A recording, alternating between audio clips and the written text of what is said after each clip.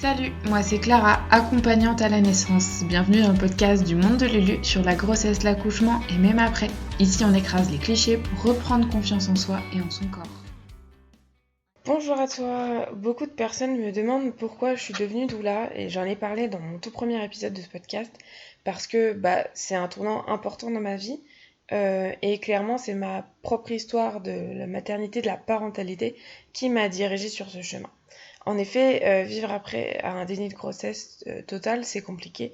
Tu peux retrouver toute mon histoire dans l'épisode 5, mais je t'en parle en détail, je savais même pas que j'étais enceinte, j'ai vécu un stress post-traumatique, une dépression du postpartum, et puis d'avoir été sortie comme ça de mon corps, d'une passivité extrême, telle une marionnette qu'on activait. Il faut rajouter à ça la culpabilité, le sentiment d'être vraiment une mauvaise mère parce que je n'ai pas su que j'étais enceinte. Et puis le regard des autres qui se sont sentis trahis. Tout ça, j'en ai déjà parlé, mais du coup, il restait un sujet à aborder et je voulais en parler aujourd'hui. Avoir un enfant après un déni de grossesse, vivre une grossesse après un déni de grossesse. Et l'anxiété, en fait, de revivre un déni. Ça a presque été le plus dur, en fait. Je dis bien presque parce que ça a été le plus long mais le moins complexe psychologiquement, on va dire, vis-à-vis du stress post-traumatique et de la dépression du postpartum, mais avoir peur de tomber enceinte sans le savoir. Ça, c'était quelque chose de très compliqué. J'ai passé les 3 premières années après la naissance de mon aîné à faire des tests de grossesse quasi tous les mois, à faire des prises de sang, stressée dès que j'avais un potentiel petit symptôme de grossesse. Et pourtant, le désir d'un deuxième enfant était vraiment très présent et un travail très lourd a dû être effectué parce que le désir en fait que j'avais, c'était pas seulement le fait d'avoir un enfant, c'était aussi de vivre une grossesse un peu par procuration. Et faire un enfant pour cette simple et unique raison, c'était pas sain, même si c'est pas anormal, même si c'est légitime, c'était devenu un besoin viscéral. J'étais jalouse des femmes enceintes que je croisais, j'étais pressée de le vivre, et pourtant, non seulement c'était pas le moment pour notre famille, mais c'était pas le moment pour moi non plus. Avant, je devais vraiment soigner ma dépression, mon stress post-traumatique, et je devais me réparer en fait de ce premier accouchement, des violences que j'ai subies, et de ce postpartum très complexe et culpabilisant. Donc je vais t'expliquer aujourd'hui les étapes que j'ai suivies pour pouvoir travailler là-dessus. Déjà, j'ai travaillé sur mon premier accouchement. Tout ce qui s'est passé, le traumatisme, etc. J'ai donné des astuces pour se réparer d'un accouchement traumatique dans l'épisode 8 d'ailleurs, comme le fait d'écrire l'histoire, d'écrire ce qui s'est passé.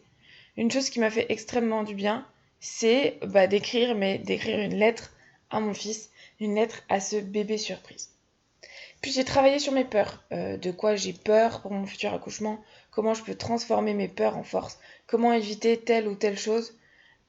Tu peux d'ailleurs t'inscrire pour recevoir mon cours vidéo gratuit pour travailler sur ta vision et tes peurs. Je le conseille toujours de le faire quand on attend un enfant et qu'on a des peurs, vivre parce qu'on a vécu quelque chose ou parce que il y a des peurs que la société nous a imprégnées. Moi, j'ai voulu le faire avant de tomber enceinte parce que c'était vraiment très très ancré en moi. Et la principale astuce, c'est de noter des peurs, de trouver des solutions et d'inscrire ces solutions dans un projet naissance. Et puis tout ça allié avec une information sur le mécanisme de l'accouchement, parce que j'ai accouché de mon premier sans aucune connaissance ni préparation. Je ne savais pas du tout ce qu'était accoucher. Je ne savais pas du tout les étapes d'un accouchement, même le plus banal. Je ne m'étais jamais renseignée là-dessus. La seule chose que je connaissais de l'accouchement, c'est ce dont j'en avais entendu parler et ce que j'avais appris en SVT en 4e, on va dire. Hein. Donc c'était vraiment très très peu d'informations et puis pas forcément les meilleures informations du monde. Donc j'avais vraiment besoin de passer actrice de ce moment pour pallier à ce premier accouchement. Tout ça, je l'ai fait sans être enceinte, comme je te l'ai dit. Aussi fou que ça puisse paraître, j'avais déjà un projet naissance quasi fait avant même d'être enceinte de mon second enfant parce que j'avais vraiment besoin de contrôler ce que j'avais pas pu contrôler en fait lors de ma première grossesse que j'ai vécu et pendant mon premier accouchement. Sauf que tout ça, ça a aussi un gros inconvénient, tu l'auras compris, ce besoin constant de contrôle, c'était à la limite devenu pathologique, et même dans les plus petits aspects de ma vie, j'avais vraiment ce besoin de contrôle. Alors lorsqu'on a décidé d'avoir un second enfant, le fait de ne pas avoir la main sur l'arrivée de cette grossesse m'a fait prendre conscience qu'il fallait vraiment que je fasse un dernier travail sur moi, c'est-à-dire arrêter de vouloir tout contrôler. Ça a été vraiment une révélation quand j'ai fait un test de grossesse en espérant qu'il soit positif 15 jours après avoir fait retirer mon stérilet. Que mon chéri m'a dit que si j'étais si impatiente comme ça, et que si je voulais même contrôler ça, ça marcherait pas en fait. J'ai donc décidé de reprendre une thérapie, parce que je voulais absolument pas mettre au monde un second enfant avec cette volonté de contrôle maximal. Et c'était très bénéfique, même dans ma vie quotidienne de maman. On peut absolument pas avoir le contrôle sur tout. Il y a forcément des loupés, des couacs, des imprévus, etc. Et au final, je suis tombée enceinte 2 mois après. Je sais la chance que j'ai. Et comme j'avais tout prévu très vite les achats, j'avais besoin de m'investir vraiment à fond dès le début, comme pour louper aucune partie de cette grossesse.